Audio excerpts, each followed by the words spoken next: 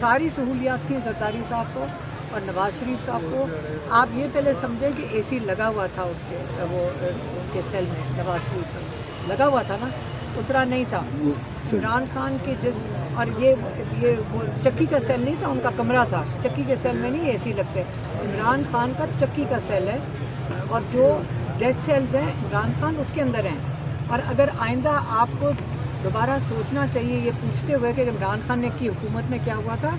यहाँ पे वो डेथ सेल में 2 साल हर एक बंदा, पुलिस वाले तक कह चुके हैं, हमें पुलिस वाले कहते हैं हमने आज तक आइसोलेशन में किसी को नहीं इस तरह देखा जिस तरह इमरान खान ने आज तक ना हमारे साथ शिकायत की है ना कुछ और किया है।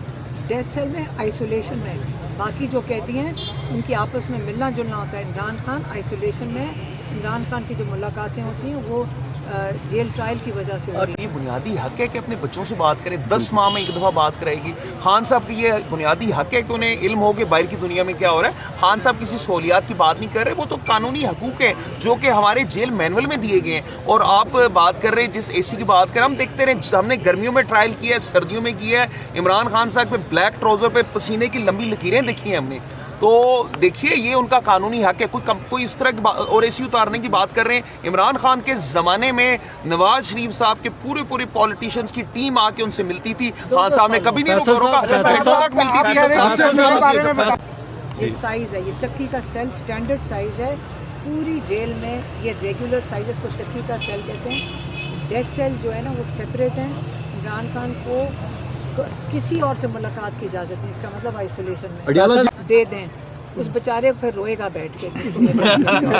फैसल साहब